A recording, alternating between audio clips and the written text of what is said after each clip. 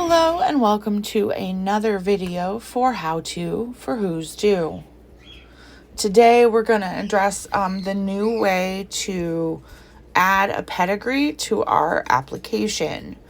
First thing you want to do is get your pedigree and take a peek at it. You're going to want to start with the third generation. So the rabbit you are wanting to enter his or her pedigree for, you're going to look at the very last generation on that pedigree and start there. Then what you're going to do is you're going to go down here, click on rabbits, add rabbit. And then looking at that third generation, you're going to go ahead and you're going to enter that rabbit's ear number, their breed, color, and the rest of this information. The only thing you're not going to enter at this time is the sire or dam, because in the last generation you don't have it. Once you get all that information in, you're going to go ahead, you're going to click done, and save will become blue and you can click that. Now, when you're going to the second generation, you're now going to enter all this information.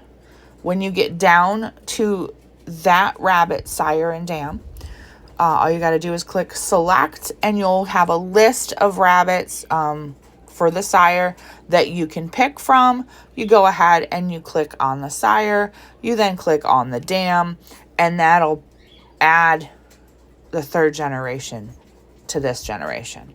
And you keep doing that. So by the time you get to the rabbit you want to enter, whether it's one you've purchased, then, or it's one that you have that you maybe don't have in the software yet, say you just bought it. When you go ahead and enter the rabbit, then you still do the same thing. You click on rabbits, add rabbit, and now you're putting in the information for the rabbit you have. And you put all the information in. So then when you click sire and dam, it will then fill in the rest of the pedigree for that rabbit. Now on any rabbit that you do not physically have, you can toggle this switch right here and make it inactive. That way, the rabbits on the pedigree that you do not physically have do not show up in your view rabbits list. Only the ones that have the active toggle on will show when you click view rabbits. Then anything that you have will be in here that is physically in your barn that you have. Now, part 2, I guess, of adding a pedigree is, say you have a litter, you're wanting to add babies from the litter. What you're going to do is you're going to find the litter, the doe that is the mom, that's the dam, and you're going to go to her card and you're going to click litters. Then you're going to find that breeding and you're going to click add kit. Well, this one I already did. Once you click add kit,